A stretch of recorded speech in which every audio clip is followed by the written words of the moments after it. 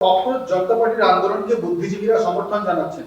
আবার বাংলাদেশের সার্জিস আলম তিনি পোস্ট করে বলছেন যে ঢাকা থেকে যে বারুদ উৎপন্ন হয়েছিল তা সারা এশিয়ায় ছড়িয়ে পড়ছে। দেখুন, আমরা প্রথম থেকে বলছি যে আমরা যে ঘটনা ঘটেছে এবং নিটে যে প্রশ্নপত্র ফাঁস হয়েছে তার ক্ষেত্রে সরকার শুরুতে থেকেই ব্যবস্থা নিয়েছে। 13 জনকে গ্রেপ্তার করা হয়েছে, তারা এখনো ছাড়া পাননি।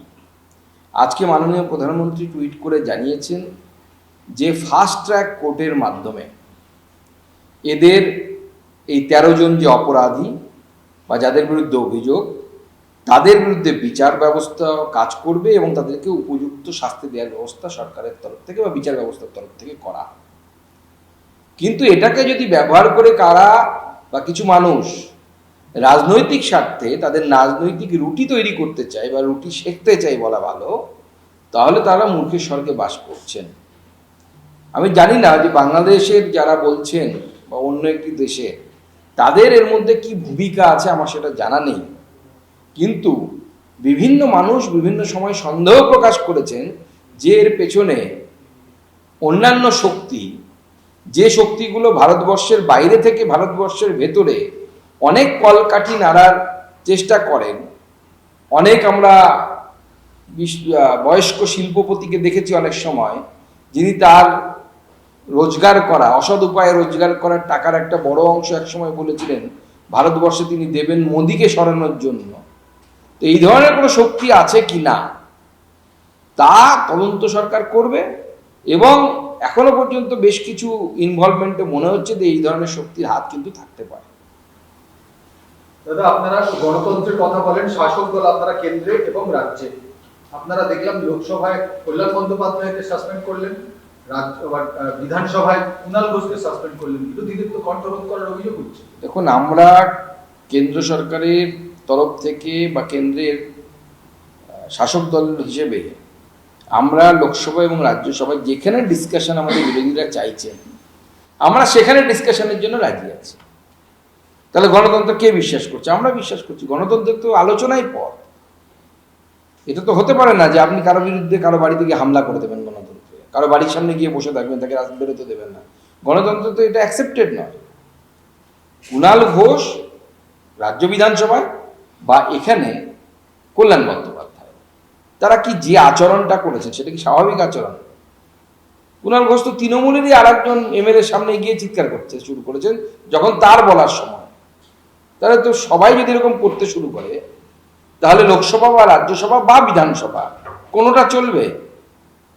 বা লোকসভার ভেতরে কল্যাণ বন্দ্যোপাধ্যায় ওনারই প্রাক্তন সহকর্মী, ওনারই সেম বোর্ড ব্রাদার্স একসময় যারা ছিলেন, ব্রাদার্স সিস্টার্স, তাদেরকে গিয়ে মহিলাদের সাথে অসভ্যের মতো আচরণ করছেন। আপনার যদি সমস্যা থাকে আপনি লোকসভার বাইরে গিয়ে কথা বলুন না, কে মানা করেছে? লোকসভার ভেতরে করলে পরে লোকসভার ডেকোরাম আছে, লোকসভার পদ্ধতি আছে, সেই পদ্ধতি অনুসারে কাজ হবে। আজকে কলকাতা পুলিশের কাছে কিছুক্ষণ আগে ককরোচ জনতা পার্টির কাছ থেকে একটা মেয়ে এসেছে, সেখানে তারা কলকাতায় মিছিল করতে চায়। এর পাশাপাশি তারা বিভিন্ন রাজনৈতিক দল এবং সংগঠনকে তাদের আন্দোলনে যুক্ত হতে বলেছে। তারা শুধু মেনশন করেছে যে শিক্ষা দুর্নীতির সঙ্গে যুক্ত এরকম রাজনৈতিক দল যেন না আসে, অর্থাৎ তারা তৃণমূলের কথা বলেছে। কিভাবে দেখছেন কলকাতাতেও? দেখুন, এই সুযোগটাকে ব্যবহার করে ভারত বিরোধী বেশ কিছু শক্তি গোটা ভারতবর্ষব্যাপী একটা আনরেস্ট তৈরি করার চেষ্টা করছে। তারা ভাবছে যে এটা বাংলাদেশ বা নেপালের মতো এখানে একটা পরিস্থিতি তৈরি করে তারা মাননীয় প্রধানমন্ত্রী সরকারকে উৎখাত করতে চান, উচ্ছেদ করতে চান। কারণ গণতান্ত্রিক পদ্ধতিতে তারা সমর্থ হচ্ছেন না।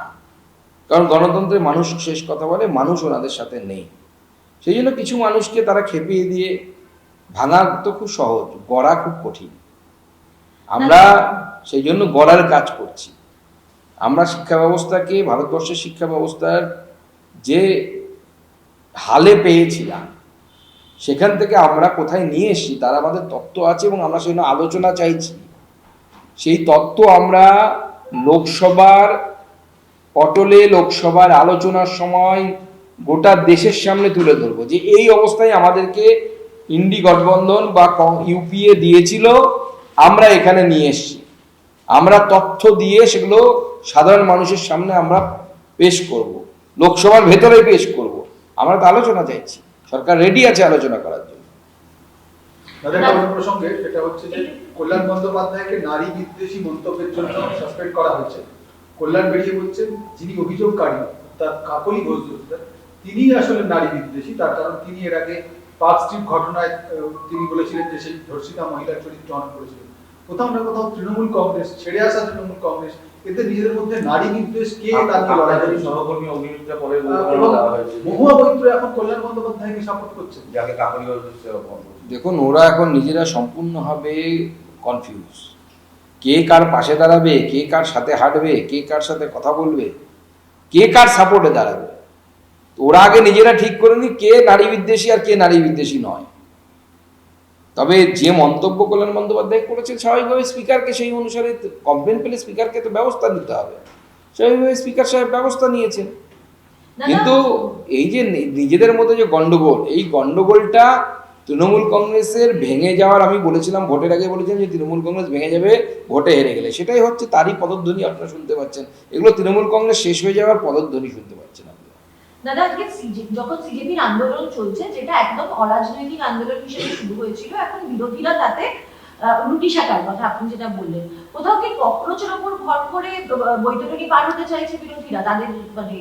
দেখুন, আমাদের বিরোধীরা এতদিন পর্যন্ত মাননীয় প্রধানমন্ত্রীর নেতৃত্বে যে কেন্দ্র সরকার চলছে তার বিরুদ্ধে বহু চেষ্টা করেছে, কিন্তু দুর্ভাগ্যবশত গণতান্ত্রিক পদ্ধতিতে তারা সক্ষম হননি। এবং এটা ভারতবর্ষের সৌভাগ্য, ওনাদের দুর্ভাগ্য আর কি। ওনাদের দুর্ভাগ্য যে ওনারা সফল হননি, ভারতবর্ষের সৌভাগ্য যে ওনারা সফল হননি।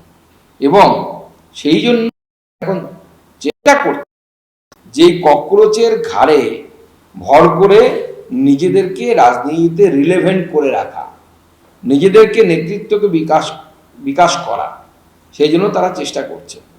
কিন্তু আমার মনে হয়, আমি যতদূর ভারতবর্ষের মানুষকে চিনি, ভারতবর্ষের গণতন্ত্র, তার যে শক্তিকে চিনি, ভারতবর্ষের সংবিধানের যতদূর চিনি, তারা সফল হবে না। তারা সাময়িকভাবে মানুষের মধ্যে কিছুটা বিভ্রান্তি তৈরি করলেও করতে পারেন, কিন্তু তারা সফল হবেন না, এবং এইভাবে ভারতবর্ষকে পদানত করা যাবে না।